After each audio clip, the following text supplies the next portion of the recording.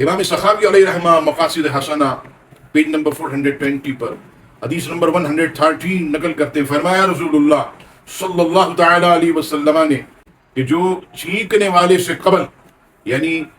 मेरे दोस्त जो मुसलमान हैं उनको छींक आई तो उनसे कबल मैंने कह दिया अल्हम्दुलिल्लाह, तो हुज़ूर अलैहि सलाम फरमाते हैं कि अल्हम्दुलिल्लाह कहने वाला जब तक जिंदा रहेगा कान और दांत और पेट के दर्द से महफूज रहेगा।